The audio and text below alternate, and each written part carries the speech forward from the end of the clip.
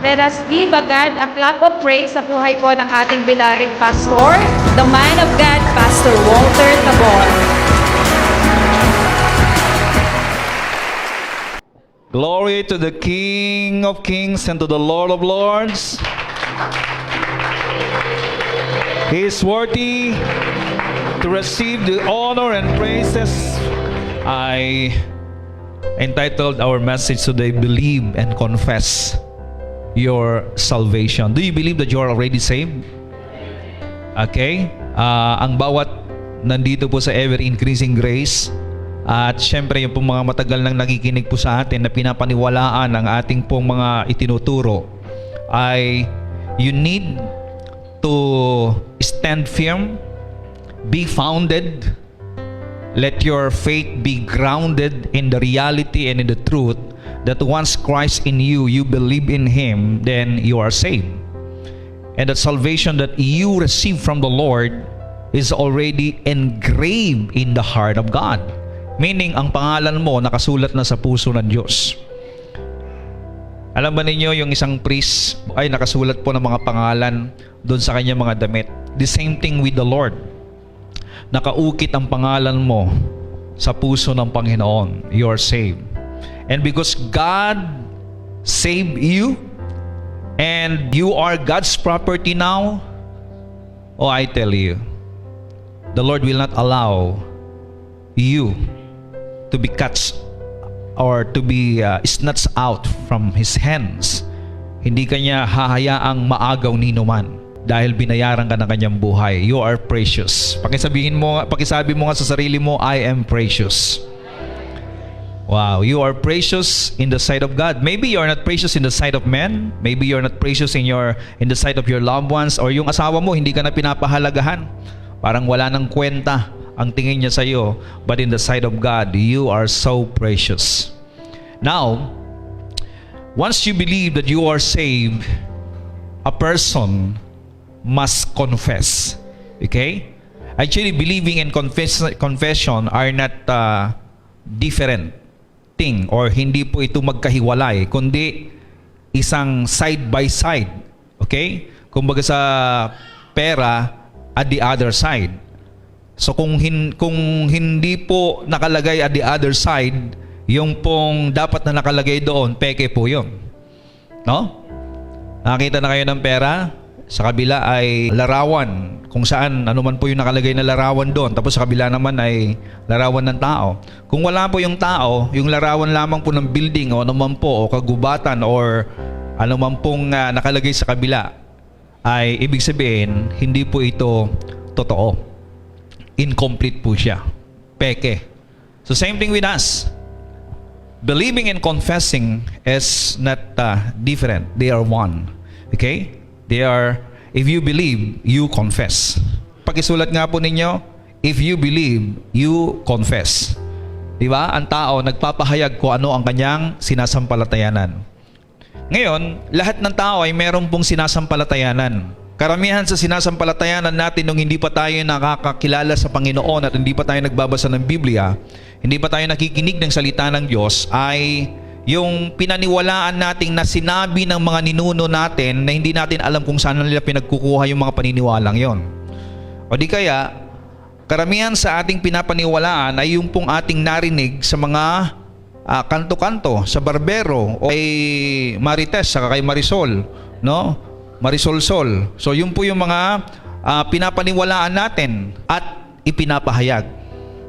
Actually nga, nung unbeliever pa tayo, ang bilis-bilis nating magpahayag ng pinapaniwalaan natin, no? Hindi pa nakakarating sa reporter sa TV, nakarating na sa lahat ng mga kakilala mo. Lalo ngayon, no? May Facebook na. So mas matindi. Pero praise God, what are we to confess and what are we to believe and confess, of course, is no other than our salvation. And salvation is a very broad, very huge to understand. Napakalawak po nito.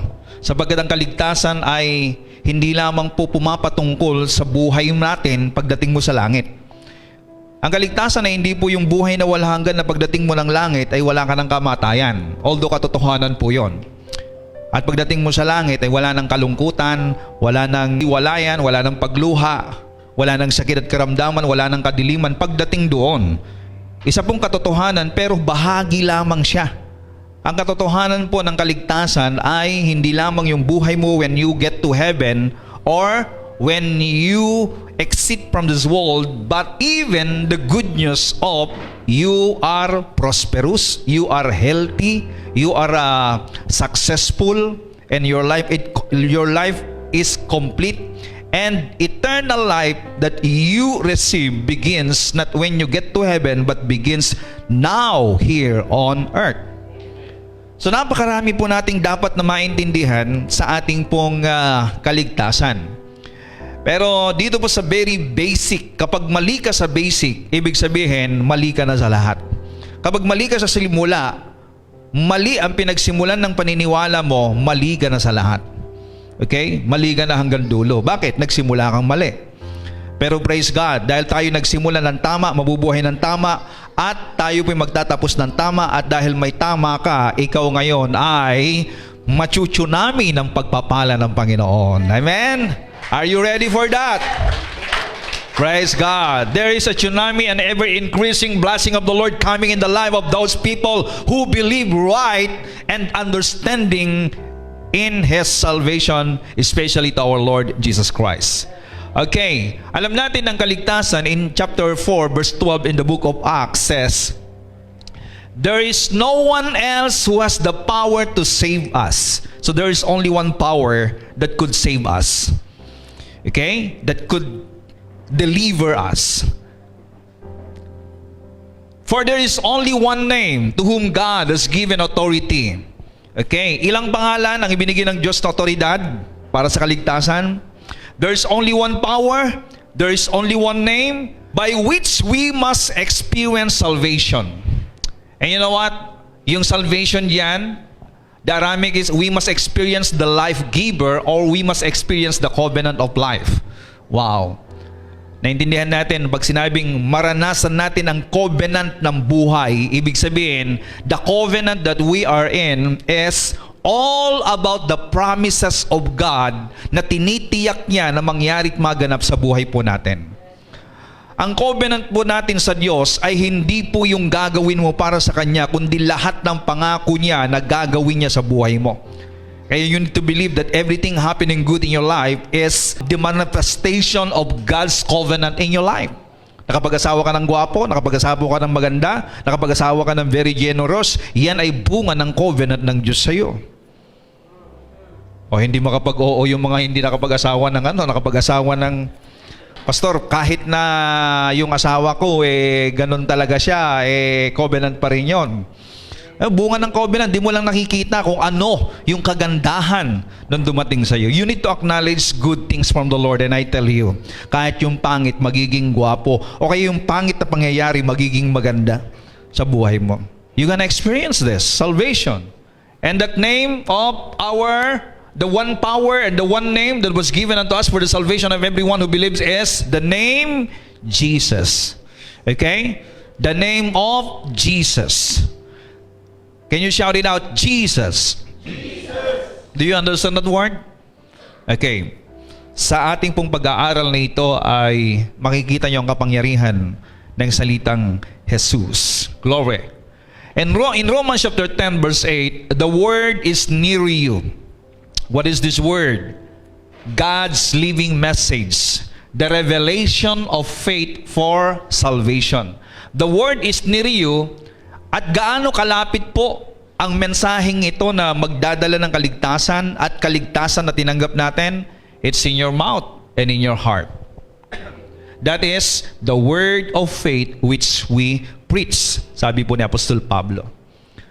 Very close. Alam po ba ninyo, the message of everything, the message of salvation, the prosperity, the success, eternal life, deliverance, everything that person need is near you. Gaano kalapit? It's in your mouth, it's in your heart. Yung iba, hinahanap pa kung saan-saan kapatid.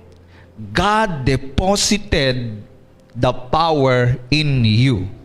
The wonderful message is in you. And you being Christian must understand that, at kapag naintindihan mo to, ay sabihin ko sa inyo, wala nang ibang pinakamasayang Kristiyano o tao sa nabubuhay sa mundo kundi ikaw, kapatid. Hindi ka magiging malungkot ng ganyan, sasabihin ko sa inyo. Kundi magiging masaya ka sa buhay na ito. Hallelujah! Glory! Praise the name of the Lord! Now, in Romans chapter 10 verse 9, if you confess with your mouth, meaning yung that is in connection with the previous one, the message or the word, okay, is in you. Yan po yon. Na kapag ipinahayag natin yung word of life na yon, no? Ano po yung kanina? The word is near you. And what is that word? God's living message, the revelation of faith for salvation. At muli, ano po yung kaligtasan? Hindi lamang po ito buhay na walang hanggan when you get to heaven, kundi kasama doon ang kagalingan, ang prosperidad, ang multiplication, ang pabor ng Diyos. Everything is a package na nakapaloob doon sa kaligtasan na tinanggap natin. And that is very near to you. It is in your mouth and it is in your heart. That if you confess, sabi ngayon dito sa verse 9, with your mouth the Lord Jesus and believe in your heart that God has raised Him from the dead, you will be saved. You will be saved. Hindi niya ibig sabihin na magkakaroon ka pa lang, kundi you will be saved in your situation, in your problem right now. Okay? For with the heart one believes unto righteousness, and with the mouth confession is made unto salvation. For the scripture says, whoever believes on Him will not be put to shame. For there is no distinction between Jew and Greek. For the same Lord over all is rich to all who call upon Him. I like that. Ang Diyos ay mayaman sa lahat ng mga tumatawag sa Kanya. Are you calling the name of the Lord? Amen. So God is so generous when you call unto Him. And verse 13, our last verse is, whoever calls on the name of the Lord will be saved. Pakisabi nga natin, whoever calls on the name of the Lord will be saved. Mapapansin po ninyo yung Lord yan? Okay? It's all capital. Ibig sabihin po, ang Lord po yan ay tinutukoy tungkol po sa not only as a Lord, as a man, kundi Lord as God. Now, if you confess with your mouth the Lord Jesus, you confess with your mouth the Lord Jesus. Are you confessing that Jesus is Lord? Confessing is not just sinasabi mo, kundi ito po'y ipinapatotoo mo. Ipinapahayag mo. That is confessing. The word confess is homologeo. Yan po ang ibig sabihin ng confess. Coming po from two Greek words na homos and logeo. Okay. Ibig sabihin po ng homo is same. Same. And the word logeo is to speak. Ibig sabihin, to speak the same thing. So to confess is to speak the same thing. Ipinapahayag mo the same thing. Ano po yung the same thing? Thus, to agree with some person with reference to something. Ibig sabihin, ipinapahayag mo yung pinapaniwalaan mo na sinasabi ng isang reference. Ipinapahayag natin dito that to confess the Lord Jesus Christ means, therefore, to be in agreement with all that Scripture says about Him. So to confess Jesus Christ is to confess Him kung ano ang sinasabi ng Scripture. Kung ano ang sinasabi ng Biblia. Now, are you confessing Jesus Christ? You cannot confess Him if you don't know Him. You cannot confess Him if you don't understand who He is. Paano mo may papahayag yung isang bagay na hindi mo kilala? And sad to say, many Christians don't really know Jesus Christ about the deep details of Him. Yung mga bagay na ano ba talaga siya. Kasi kung kilala mo talaga siya, hindi mo ikakahiya na ipahayag siya. Bagkus magkakaroon ka ng excitement. Unang-una, magkakaroon ka ng excitement sa sarili mo At ang taong excited ay na-energize. Nakita na ba kayo ng masaya na lupaypay? Meron bang ganon? Yung ang saya-saya niya pero lupaypay siya. Meron ganon? Ang karamihan sa taong lupaypay, malungkot. Karamihan sa mga taong bagsak ang balikat ay mga taong walang pag-asa. Yung wala siyang nakikitang kinabukasan. Wala siyang nakikitang liwanag sa kanyang kinabukasan. Yun po yun. Ang taong lupaypay ay yung discouraged. At kung bakit siya discouraged, sabagat wala siyang nakikitang pag-asa. Yung busted siya. Yun. Lupaypay. Malungkot. Ibig sabihin, busted, walang buhay. Di ba? Nakita na kayo ng bumbilya kapag busted? Ibig sabihin, walang buhay. Ba na naman nasa isipan ninyo eh. Pero, ang tao pong nakakaintindi kung sino ang Panginoon sa kanyang buhay, ito'y pinapahayag niya. At kung bakit siya nagpapahayag, he believes in his heart. At kung bakit niya pinapaniwalaan, dahil yun ay katotohanan sa kanya, buhay sa kanya. Meaning, what you believe is life unto you. At anumang buhay na meron ka sa puso mo, nagbibigay sa iyo ng energy. Nagbibigay sa iyo ng excitement. Kaya nga, ikaw ay napapasigaw, napapapuri, napapapalakpak, everything. It energizes you. Kung bakit tayo nagpupuri na merong kagalakan, nagpupuri tayo ng buhay na pagpupuri, hindi lang tayo nakikigaya. Kapatid, hindi ka lang nakikigaya. Hindi ka pumapalakpak dahil pumapalakpak yung katabi mo at nakakahiya kapag hindi ka pumalakpak. Kapag ganyan ang thinking mo, ibig sabihin, wala kang naunawaan. At dahil wala kang naunawaan, boring sa'yo yan. Sigurado susunod, di ka na makita. Bakit?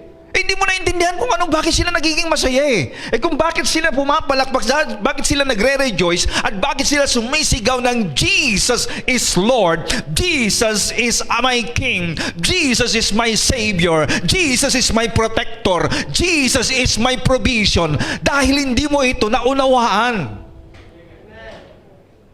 Ang naunawaan mo, kinakailangan magtinda ka doon sa iyong paninda at doon lang yung provision mo. Yun ang pagkakakala mo lang. Kaya ang akala mo, yun ang kagalakan mo. But praise God, yung katabi mo na nagpupuri sa Panginoon, naintindihan niya na lahat ng bagay na mabubuting nangyayari sa kanya ay nanggaling sa kanyang Panginoon, tagapagligtas, provision, karunungan, at nagbigay ng buhay sa kanya. That is the reason why people are praising God. Naniniwala sila na siya ay nagbigay ng buhay para sa kanya at ganun na lamang katindi ang pagmamahal ng Diyos sa kanya, kaya siya nagpupuri sa Diyos. And because of that, everything that he heard, that he believed, he confessed. And what he confessed is the same thing what the Word of God, what the Scripture says about Jesus Christ. It's confession. Kaya nga, ulitin ko na naman, hindi mo pwedeng pilitin na gawin ng isang Kristiyano ang ipahayag kay Kristo kapag ito'y naging buhay sa puso niya. Ito po'y kusa. Nagkukusa po siya. Nagkakaroon po siya ng tinatawag na pagpupumilit actually, kahit pigilan mo eh. Actually, kahit pigilan mo, hindi niya talaga po pwedeng sundin yung sinasabi mo. Sapagkat meron siyang natanggap. Yan po yung pagpapatotoo. Meron siyang natanggap. Yun namang walang natanggap kahit anong pilit mo, kahit anong tulak mo sa kanya. Sige na, mag-testify ka na, ipahayag mo na yung ginawa ni Lord, yung tatanggap mo. Hindi, nahiya ako talaga. Kahit anong tulak mo talaga yan, talagang yun eh. Umaayaw siya. Amen? O tingnan nyo, kayo dati, panay ang tulak sa inyo, hindi kayo mapilit. Pero ngayon, hindi pa rin. Ay, matindi na ang inyong ngayon, di ba? Pagpapahayag. Praise God. Iyan tayo. Sabihin ko sa inyo, nung nakilala ko ang ating Panginoong Jesucristo, at may young age, I'm very young din. 20 years old ako. Actually, 19 ako, papunta ako ng 20 years old. 20 years old ako, nag-evangelize na po, nangangaral na po ako sa mga palengke, sa jeep, sa tricycle, ng terminal tricycle. Walang hiya-hiya sa akin sapagkat si Kristo ay hindi nakakahiya. Si Kristo ay buhay. Hindi ako pakyut nun. Kahit anong itsura ko. I am not ashamed of the gospel of the good news. So you get to confess what you believe. To confess, be in agreement with all that Scripture says about Him. Tanungin ko kayo, meron na ba kayong napahayagan at nadala sa Panginoon? Kapatid, kapag meron na, magbibigay ng kagalakan sa puso ninyo yan. Lalong-lalo na kapag yung nabahaginan niyo naging supporter ng church, naging pastor, naging leader, mas maalab pa sa iyo ngayon, ba? At mas talagang committed pa sa iyo. So you need to be joyful for that. Ako nga po'y natutuwa, no? Dahil isa sa ating partner ngayon ay bunga po ng ating pag-share ng Word of God. Si Pastor Phil na pumupunta po rito every 5th of the month, no? Kasi I allow him because I'm so much blessed with his ministry. Dami ng pastor sa ilalim niya. Alam niyo ba yon? Yung pumunta dito dati, na yung pong nakapag-share sa kanya ay yung na-sharean ko ng Word of God. At yung na-sharean ko ng Word of God, nung una pinagtatawanan ako. Kasi nga po, sakristan siya Diba? Kapag tinataas yung siya, siya yung taga batingting ng nung batingting ng ice cream. Mga ganon. Yun ang trabaho niya sineran ko ng Word of God. I confess Jesus unto Him. I witness about the death, about the resurrection of our Lord Jesus Christ.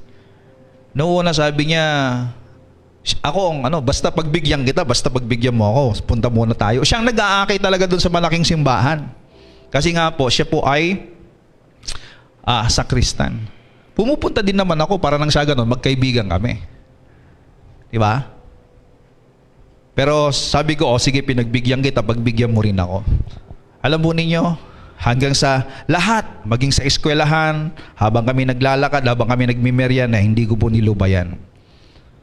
Hanggang nag-sink in po sa puso niya yung pagiging tagapagligtas, Panginoon ng ating Panginoon si Kristo at tinanggap niya sa kanyang buhay. And you know what? Kung ano yung natanggap niya, ipinahayag niya rin. Kapitbahay niya yan Sina Phil. Okay? Tapos the same school kami. So nung na-share niya, na-invite niya rin, di kami, nagba-Bible study. Hanggang sa nagkahiwa-hiwalay kami ng landas, dumating yung time nakita ko, ayan na siya. Isang ganap na pastor. Amen? And a lot of people, marami po mga nagpapastor na nabahaginan natin ng salita ng Diyos. I tell you, walang masasayang na salita ng Panginoon na inyo pong ipapahayag. The Lord will use you. Palakpakan natin ang Panginoon. So, if you confess with your mouth, meaning homologeo, to speak the same thing, you need to speak what the Bible says. Ang hirap minsan intindihan ang sinasabi ng Bible, pero kailangan talagang unawain po natin. The name Jesus is the transliteration of the Greek Iesus. Okay? Iesus, which in turn is the transliteration of the Hebrew name we know as Jehoshua or Yehushua. Okay? Yehushua. Para mas maintindihan ninyo, Joshua. Yan po ibig sabihin nun, no? Jesus. Joshua. Na ibig sabihin po, the latter meaning is Jehovah saves, meaning Savior. Kaya po pag sinasabi natin, Jesus, Jesus, Jesus, we are proclaiming Savior. Savior. Alam nyo, Christianity is the only religion that has a Savior. Other religions are, the Savior is their good works. The Savior is their work, is their self, themselves, yung kanilang ginagawa, yung kanilang sarili. Kaya nga po, bakit tiyak ang ating kaligtasan? Sapagkat meron tayong tagapagligtas. Hello? The reason why our salvation is safe and secured. The reason why our salvation is no one can destroy and snatch out because we have a Savior. When we believe on Him, He protected us. The Savior protected us. Glory to God. And that is the name Jesus. Kaya kailangan maintindihan ninyo the powerful name Jesus. The Savior. Jesus. Yeshua. The name Lord naman is curious. Hindi po curious, curious. Which in the Greek version of the Old Testament is used for the august name Jehovah. At kapag binabanggit po ang Jehovah, okay, ang use po nun implies deity, pagka-Diyos. Kapag sinabing Jehovah Chidkeno, Lord, my righteousness, yung pong Lord doon ay curious. Nang ibig po sabihin ay Jehovah, which mean pumapatungkol sa pagka-Diyos. Na ang Panginoon na tinatawag ay Diyos. Ang Diyos ko na aking kaligtasan. The Lord my Savior. Ang Diyos ko na aking katwiran. The Lord my righteousness. Jehovah Chidkeno or Chidkeno. Ibig sabihin, ipinapahayag mo na yung Lord doon, siya yung Jehovah, siya ay Diyos na siyang katwiran mo. Hello? So, yung pong sinasabi diyan sa Romans chapter 10 verse 19 that if you confess Jesus is Lord, meaning, ipinapahayag mo na si Jesus ay Diyos na tagapagligtas. Diyos na siyang katwiran mo. Diyos na nagbibigay ng buhay. Diyos na siyang hari. Diyos na siyang Panginoon ng iyong buhay. Ito bang hindi maintindihan ng mga tao na tao lang si Kristo para sa kanila. At dahil po ipinapahayag po natin ang katotohanan ito, we are going deep in understanding about who Jesus Christ is right now. Hindi po ako po ay secured ngayon sa lahat ng dito at maging sa mga nakikinig na wala nang makakaakay sa inyo at makakakumbinsi sa inyo sa isang grupo na nagsasabing si Jesus ay tao lang. Okay? Bagkus, kayo ngayon ang magpapatotoo at sila ang maaakay na magpuri sa totoong Diyos na tagapagligtas. Hallelujah! Praise God! Alam mo ninyo, ako'y nagtataka, dumadami sila. Dumadami yung mga grupo nagsasabi na si Jesus ay tao lang. Bakit? Makatao ang kanilang kaisipan. Eh sabi, ang liwaliwanag ng sinabi ng Panginoon, bago si Abraham, ako'y ako na. O, di ba? Eh nung sinabi ni Jesus yun, babatuhin sila babatuhin siya. Bakit? Ang pagkaintindi ng mga Hudyo ay nilalapastangan niya ang Diyos sapagkat sinabi mo, wala ka pa 50, sabihin mo na doon ka na ikaw ay ikaw na. Di ba? At yung pagkasabi niya, ako tangang Diyos ay isa, babatuhin uli siya kasi pinapantay niya ang kanyang sarili sa Diyos. Di ba? Oh, glory. Now, let's go here. To confess Jesus as Lord includes a heart belief in His deity. Kaya pag ikaw ay nagpapahayag na si Jesus ay Panginoon, kasama yung paniniwala mo na siya ay Diyos. Amen? Can you confess that? Jesus is God? Can you shout it out? Jesus is God? Jesus is God. Do you believe that in your heart? Amen. Are you going to testify or to confess that Jesus is God? Amen. Yes, with all our heart. To confess Jesus Lord includes a heart belief not only in His deity but in His incarnation. Pag sinabing incarnation, yung pagiging Diyos niya nagkatawang tao. Siya po yung naging tao. And then, you believe on a vicarious atonement. Ibig sabihin, siya po sa pamamagitan niya ang naialay para sa kasalanan ng tao and bodily resurrection. Siya po yung nabuhay na maguli. That is the complete confession of Jesus Christ as Lord. Kaya nga po bilang mga mananampalataya, we need to understand deeply and rooted in our heart yung pong mga katotohanan tungkol sa pagka-Diyos ni Kristo, ang kanyang pagiging tao, at ang ginawa niya na atonement. Ibig sabihin ng atonement, yung pagkasakripisyo niya, pagsasakripisyo niya para sa kasalanan. We need to understand that. And He did that for you, at ang kanyang pagkabuhay na maguli. Ang pagkabuhay na maguli ng Panginoong Jesucristo ay nagpapakita na tinanggap ng alay para sa iyong kasalanan. Meaning, nung nabuhay siya mag-uli, tinanggap ang kabayaran ng kasalanan mo. Therefore, you now have peace with God. And God now is inviting you to come into His throne of grace. Hallelujah. For you to receive mercy every day of your life. Eh, di ba, tuwan-tuwa kayo kapag kayo makalapit dun sa trono ng hari? Sa trono lang ng presidente, halimbawa, nakapunta ka dun sa trono, nakausap mo one-to-one. Sino sa inyo magiging masaya? Siguro sabihin mo lahat ng problema mo dun sa presidente, no? Kasi alam mo na kapag sinabi niya, mangyayari. Alam niyo ba ang kapangyarihan ng isang presidente o ng hari? Lalo ang hari. Ang hari, kung ano sinabi niya, walang pupwedeng makahadlang. Diba? Ganun kakapangyarihan ang salita ng hari. Kapag sinabi niya na ibigay sa kanya ang kalahati ng aking kayamanan, ay ibibigay sa iyo yan. Basta sinabi niya. Okay? Lalo kapag tinatakan niya ng kanyang singsing, may singsing kasi ang hari. Diba? Ang tatang na yon, yun po yung selyo. Na lahat ng sinabi niya, pag tinatakan niya nun, walang makakabali. Alam niyo ba na lahat ng sinabi ng Lord sa atin, ibinigay niya sa atin, tinatakan niya ng Espiritu Santo. Higit pa sa singsing ng anumang hari, sapagkat ang itinatak ni Lord ay ang Espiritu Santo. The seal of our salvation is the Holy Spirit. And in our salvation, everything you need, mula nung ikaw pinanganak hanggang sa ikaw mag-exit sa mundong ito, ay nandoon ang kailangan mo. Kaya napaganda yung i-discover mo kung ano talaga yung sinelyuhan ng Diyos sa iyo eh. Hello?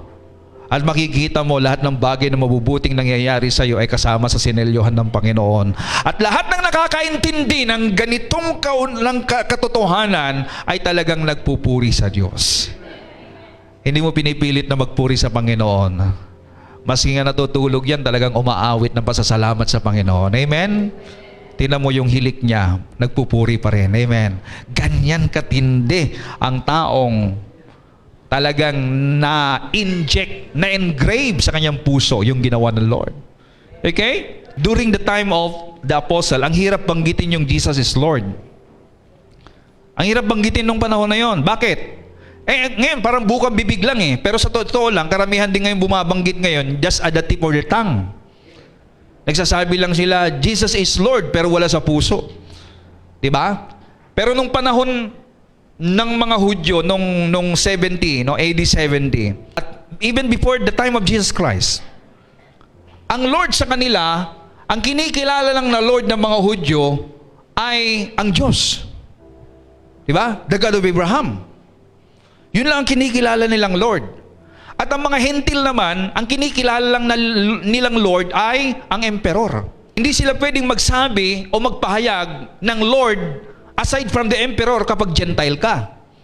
Kapag ikaw naman ay Hudyo, hindi ka pwedeng magsalita ng Lord maliban sa Lord ni Abraham, si Yahweh. Hello? Kaya sabi dito ngayon, if you confess with your mouth Jesus is Lord with all boldness, kinikilala mo na siya ay Diyos, tagapagligtas, hari ng buhay mo, maliligtas ka. Ang hirap kasing banggitin nung araw. Eh ngayon, bukang bibig lang ng iba eh, pero wala sa puso. Pero yung mga taga-ever increasing grace at saka lahat mga nakikinig at makakapakinig pa, totoong si Jesus ang Panginoon ng kanilang buhay. Glory! Ang sabi ni Robertson, no Jew would do this who had really trusted Christ, for curious in the AD 70 is use of God. Maliban lang na talagang tinanggap mo ang Panginoong Yesus. Kaya nga, wala ring totoong nagpupuri sa Diyos maliban yung totoong kumilala at nakakilala sa Panginoon. Kapatid, hindi ka magiging patumpik-tumpik at hindi ka ups and down kahit anong dumating na problema sa iyo. Sa totoo lang, kahit anong dumating at dumarating pat pinagdadaanan mong problema, if you make Jesus Lord and you know Him and you know His word that He will never leave you nor forsake you, that until the end He is with you and all the days of your life He is with you, then hindi ka malulupay-pay, hindi ka matatakot at wala kang katatakutan sapagkat alam mo na kasama mo siya.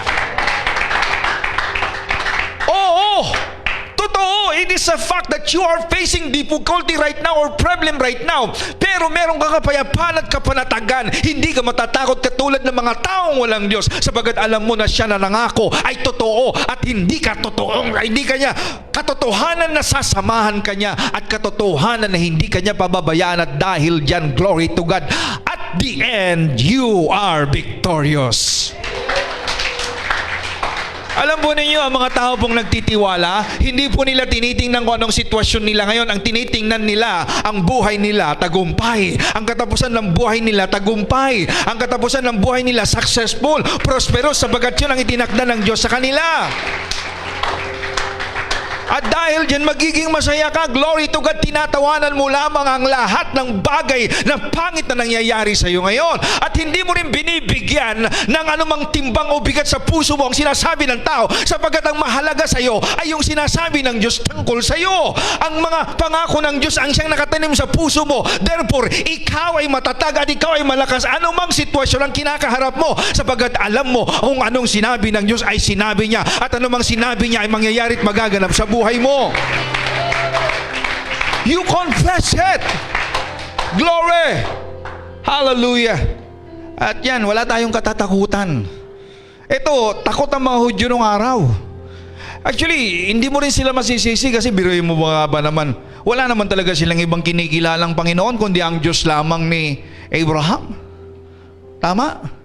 Pero nung dumating si Jesus, kaya nga po, mabuti na lang hindi tayo nabuhay ng panahon nila na ay sigurado yung kaduda-duda mong pagdududa na yan, sigurado yan, mahirap talaga noong araw. Pakain ka lang sa mga leon Tingnan natin kung maniniwala ka pa. Nga, wala pang leon Diba? Wala kang kahirapan. Actually, wala nga tayong kahirapang pinagdadaanan ngayon Sabihin mo sa katabi mo, wala kang kahirapang pinagdadaanan. Wala. Pastor, hindi mo ba alam na lubog ako sa utang, lubog ako sa ganito, ang dami kong mga ganito problema? Ay, ito, tawanan mo lang yan. Wala pa yan. Amen?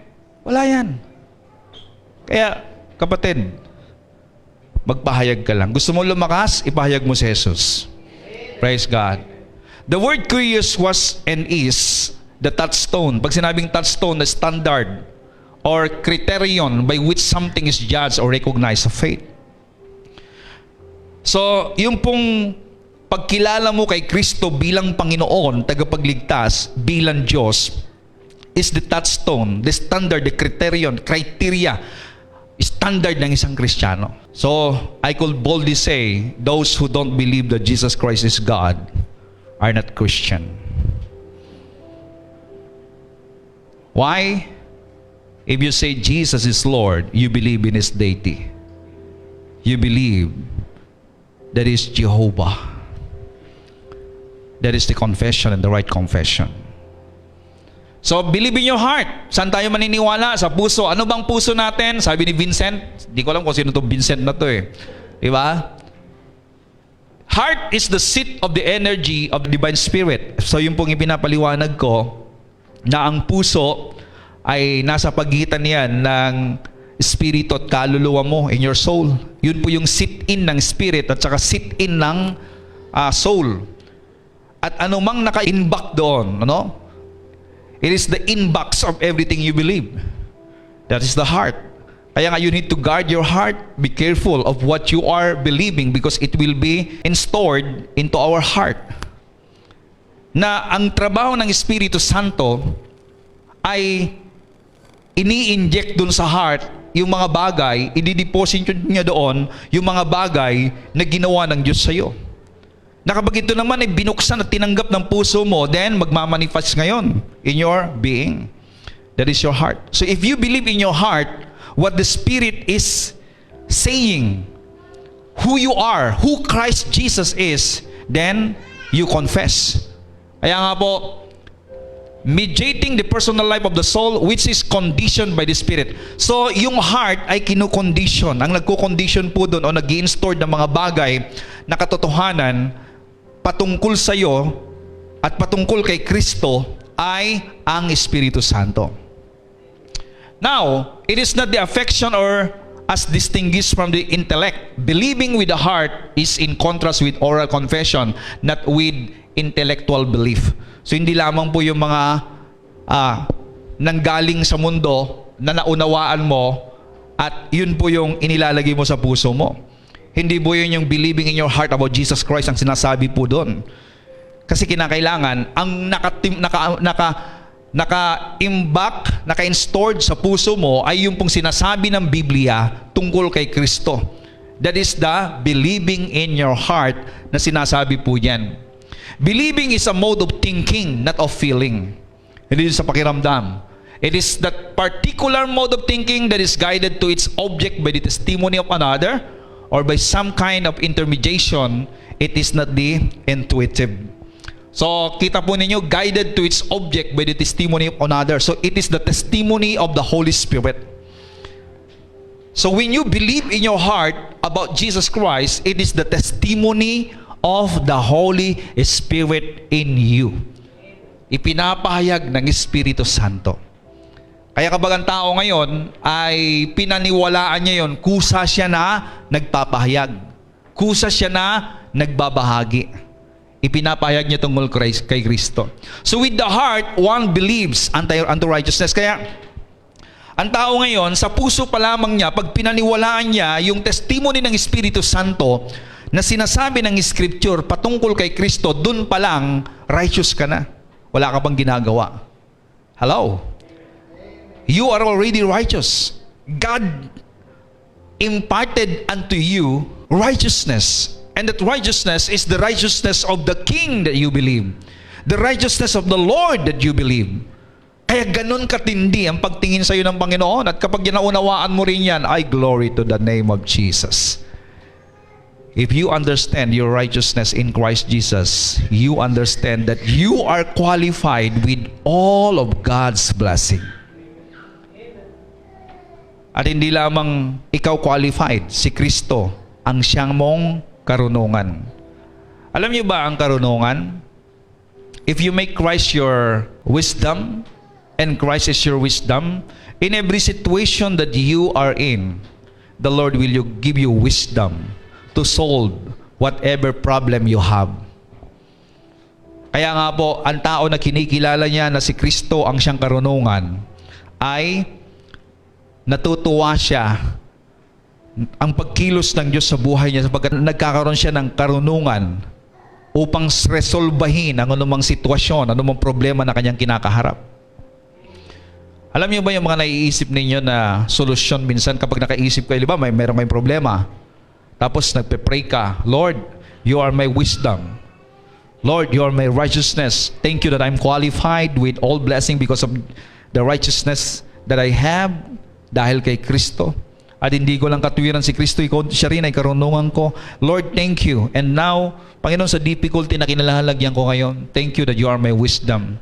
Tapos bigla mamaya, makakaisip ka ng ang gandang solusyon. Uy, ganda nun na. Oo nga. Diba? So, ngayon, alam mong very much effective at tuwan-tuwa ka na. There is joy overflowing in your heart right now. So meaning, it is the Lord through the wisdom of the Holy Spirit and the wisdom coming from our Lord Jesus Christ leads you. Kaya dun po nag-ooperate yung tinatawag na si Jesus ang karunungan mo sa sitwasyon mo. Hindi nyo makita, dami nyo lang mga pinagdaanan na mga problema hanggang ngayon buhay pa kayo. Di ba? Ang dami nyo na rin mga sakit at karamdaman na naranasan. Naranasan nyo ng naghihingalo. Naranasan nyo ng halos bumigay. Pero hanggang ngayon, buhay na buhay pa rin kayo. Amen? Ibig sabihin, maraming ulit na kayong niligtas ng Diyos at maraming ulit na nating napatotohanan ang Diyos ay buhay.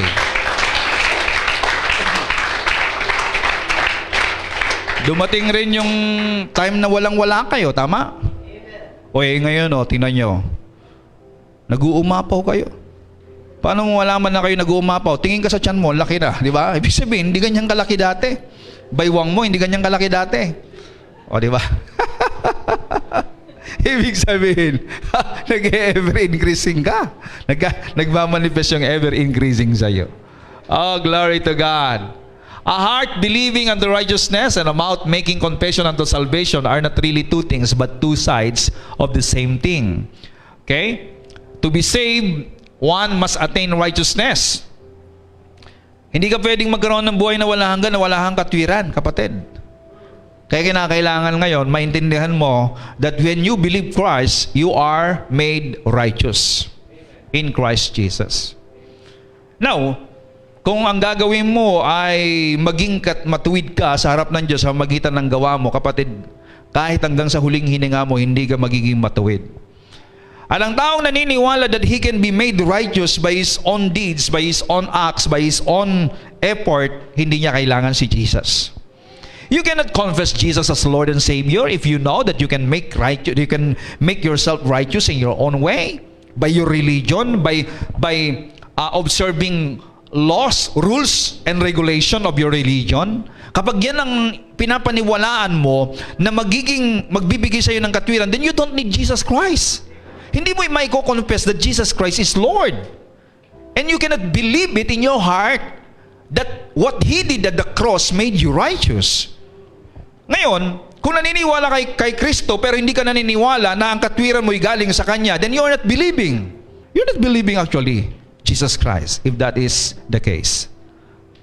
Kaya ang lahat ng taong naniniwala na si Jesus ay tagapagligtas, Panginoon ng kanyang buhay, ay naniniwala na si Kristo ang kanyang katwiran. Sapagkat nung naniwala ka, ibinilang ka ng Diyos na matuwid. At, depends on heart faith. Such faith again leading to salvation must confess itself. Kaya yung naniwala sa kanyang puso ngayon, na nagbigay ng katwiran sa kanya sa mata ng Diyos, ay tao na nagpapahayag. Siya na naniwala ay nagpapahayag. Kaya hindi mo pwedeng hiwalayin. Once you believe, you confess. Actually, kahit mali yung pinaniwalaan ng tao yung mga taong naniniwala sa mga mali-mali, yung mga superstitious, yung mga naniniwala sa mga sinabi ng mga ninuno, pinapaniwalaan nila at dahil doon pinapahayag nila. Kaya nga naipapamana nila sa kanilang mga anak. Ilang henerasyon na nagdaan, yun pa rin ang paniniwala ng lolo nila kasi nga yun ang paniniwala nila, yun din ang sinasabi nila sa kanilang mga anak. So kinakailangan maputol yun kapag ikaw ngayon ay kasama sa lahing yan. Sa magitan ngayon ng paniniwala mo kay Kristo, ikaw ngayon ay magko-confess. Kung sa iyo ngayon ay nabuksan ang katotohanan tungkol sa sinasabi ng Bible, maputol yung paniniwala ng mga ninuno mo at mula sa mga angkan mo ngayon, ipapahayag mo ang tamang kapahayagan na si Kristo ay tagapagligtas. At kung kinakailangan, kung meron ka pang ibang mga kamag-anak at mahal sa buhay at doon sa nauna pang henerasyon sa iyo, kung buhay pa sila, kinakailangan ngayon, putulin mo pa doon. Hello? Sa magitan ng pagpapahayag. And with all boldness, we will live to do that every day of our life. Hallelujah! Glory to God. So, when faith comes forth from its silence to announce itself, okay, and to proclaim the glory and the grace of the Lord, its voice is confession. Okay? When faith comes, kaya kinakailangan ngayon ang pananampalataya. Kaya ang pananampalataya, hindi mo dadagdagan ng gawa, sapagkat ang tunay na pananampalataya ay gumagawa at nagpapahayag. That is faith. Faith proclaims what he believes. Glory to God. Whoever believes on him says, will not be put to shame. The sinner who places his faith on the Lord Jesus will not be defeated, will not be disappointed, will not suffer a repulse in his life. Paul, writing to the Romans, says that when he brings the gospel to Rome, he will not be ashamed. By that he means that he is not afraid that it will not work. He believes in its power to save. So yung pong mga naniniwala, verse 11, whoever believes on him will not be put to shame. If you believe in Christ, hindi ka mapapahiya, hindi ka madidisappoint. Sapagkat naniniwala ka na may kapangyarihan ang salita ng Diyos. Hindi ka madidisappoint sa mga taong pinapahayagan mo sapagkat maniniwala ka na sila ay mapapagpala, mababago ang buhay kapag natanggap nila ang salitang ipinapahayag mo. We are looking for victory in life. We need to share the victory of Jesus Christ. Kapatid, if you're gonna focus your mind on earthly things, mapapagod ka na maghahanap ng tagumpay sa buhay. But if you're gonna focus on to this, in what Christ did at the cross, totoo ang sinabi ng Diyos. Totoo ang sinabi ng Panginoong Jesucristo that if you're gonna seek first the kingdom, meaning if you're gonna learn first and foremost, understand what this King Jesus Christ did at the cross and the power of His dominion in the life of a person, at maintindihan mo ang kanyang katuwiran na siyang magbibigay ng qualification sa iyo. The Bible is true. All these things shall be added unto you.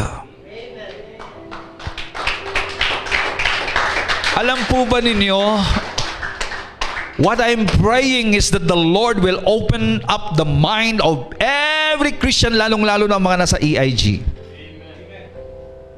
Lalong-lalo na mga nasa Ever Increasing Grace. That Lord open their mind. Open their understanding.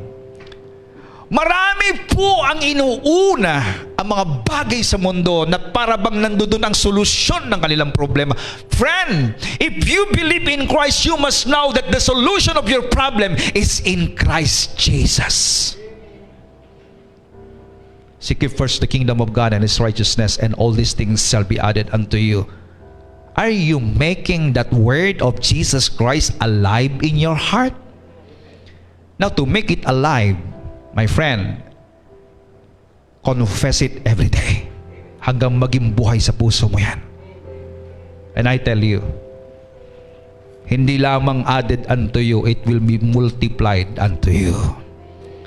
It will be ever increasing unto you, my friend. Sinabi na nga na seek ye first the kingdom of God and His righteousness shall be added unto you. Pagkatapos hindi mo mapapaniwalaan. Those who don't believe that verse are leaning on to their own strength and understanding. And those people will be, will live in so depressed and so tired life. Pagod na pagod. Ang sarap maging masaya sa Panginoon. Parang ganito, ang sarap sumandal sa pangako ng Diyos. O kaya ganito, ang sarap sumandal sa yakap ng Panginoon. Amen? Oh, I tell you, my friend, God is alive. So, again, the word Lord here is curious, which apply to our Lord Jesus Christ. Whoever believe and confess that Jesus is Lord, Jesus is God, Jesus is Savior, Jesus is King, will be saved. Will be saved. And again, our verse, Romans chapter 10, verse 9 is, because if you acknowledge and confess with your mouth that Jesus is Lord, meaning you recognize His power, you recognize His authority, you can recognize His majesty as God, and believe in your heart that God raised Him from the dead, you will be saved. For with the heart a person believes in Christ as Savior, and resulting in his justification. You are confessing, meaning that is the result of your justification. Na kapag sinabing justification or justified ka, you are being made righteous, freed from the guilt of sin, and made acceptable to God. And with the mouth, he acknowledges and confesses his faith openly. Acknowledges and confesses mean continual proclamation of our belief in Christ Jesus. Patuloy tayong nagpapahayag. Kasi hindi lamang ikaw nakatanggap at hindi lamang ikaw ay nagkaroon ng katwiran, hindi lamang ikaw ang napapagpala ngayon. Lahat ng makakarinig ng confession mo, lahat ng makakarinig ng patotoo mo ay mapapagpala rin katulad mo. Hallelujah. At ang tao pong nakakita ng pagpapala na natanggap niya ay matanggap din ng iba, ay nagkakaroon ng kagalakan sa puso. Nakakita na kayo ng langgam? Alam niyo ba na ang langgam ay walang langgam na madamot? Kung nakakita siya ng asukal, iiwanan niya yun, ipapahayag niya sa buong komunidad. May nakita akong asukal! Sabi niya ganun, may nakita ako. Di ba? Tapos mamaya nagpupuntahan na lahat, di ba? Tara, tulong-tulong tayo. Eh yung ibang mga tao, pag nakakita ng ginto, pagpapala,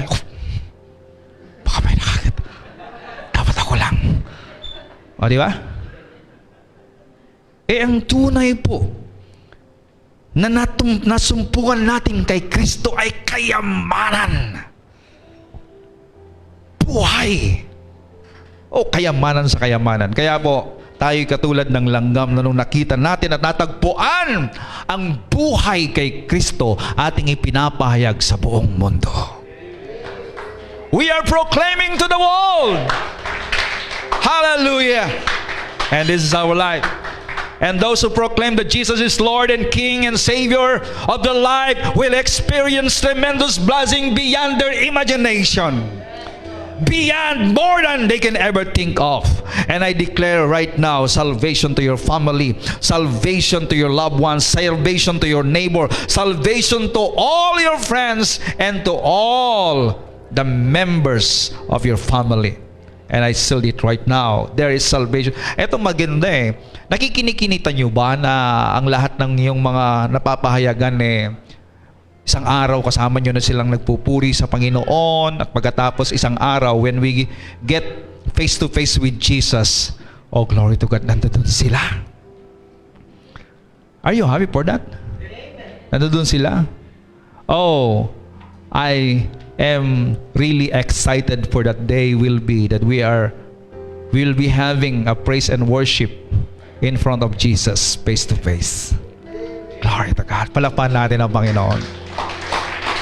Confess, believe, and confess now your salvation so that people may be saved and the name of Jesus Christ be exalted. Tayo pong lahat.